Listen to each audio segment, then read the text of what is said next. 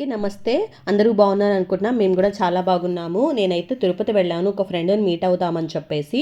తను ఇటలీలో ఉంటుందన్నమాట. సో నేను లండన్లో ఉన్నప్పటి నుంచి తను నాకు బాగా ఫ్రెండ్. మేము ఫిజికల్గా అయితే కలుసుకోలేదు, బట్ ఫోన్ ద్వారానే మా రిలేషన్ అనేది చాలా స్ట్రాంగ్ అయింది.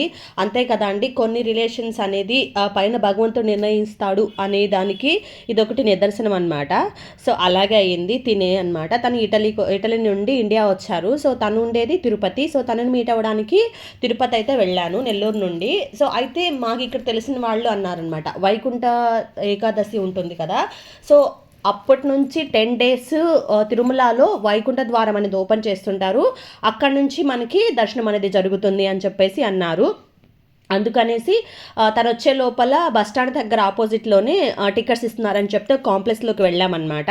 వెళ్ళంగానే 2 secondsలో అయితే మాకు టికెట్స్ దొరికేసాయి. దొరకవేమో అని అనుకుంటున్నాను అనమాట. ఆధార్ కార్డు ఉండాలి.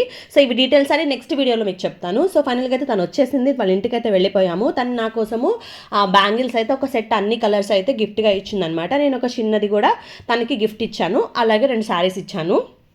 సో మా రిలేషన్ అనేది గిఫ్ట్స్తో ముడిపడింది అయితే కాదు, బట్ ఏంటంటే ఫస్ట్ టైం కలిసాము.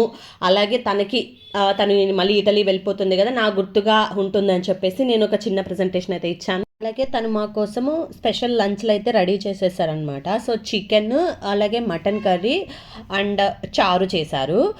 అయితే ఇంకా మటన్ మా హస్బెండ్ తినరని చెప్పేసి తన కోసం స్పెషల్ చికెన్ అనమాట. సో టేస్ట్ అయితే చాలా ఎమ్మీగా చేసింది. ఎందుకంటే నేను మా ఫోన్ కాన్వర్జేషన్లో తనకి ఎప్పుడు చెప్తూ ఉంటాను అనమాట, మా హస్బెండ్ ఇలా తింటాడు అంటే అన్న చెల్లెలు, నేను అన్న అని పిలుస్తాను తన హస్బెండ్ని, నా హస్బెండ్ని అన్న అని పిలుస్తుంది అనమాట. ఆ రిలేషన్ లాగా బాగా బాండింగ్ అనమాట. సో అలా తనకి తగ్గట్టుగా ఫుడ్ అయితే ప్రిపేర్ చేసింది. Thank you Mounika. అలాగే ఆ రోజు తన చెల్లి కొడుకుది బర్త్డే ఉంది.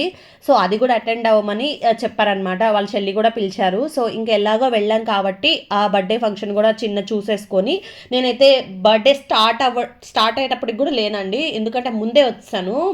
పక్క రోజు నాకు మార్నింగ్ 11కి అయితే దర్శనం ఉంది.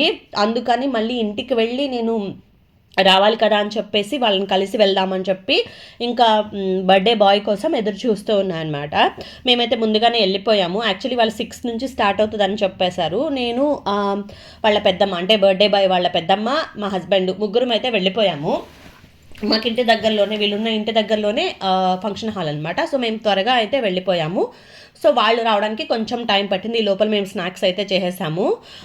సో ఫొటోస్ అయితే నేను ఇచ్చిన గిఫ్ట్ని అయితే తీసేసుకొని ఫొటోస్ తీసేసుకొని ఇంకా వెంటనే ఇంటికైతే రిటర్న్ అయిపోయాను. Subscribe to my channel. Bye.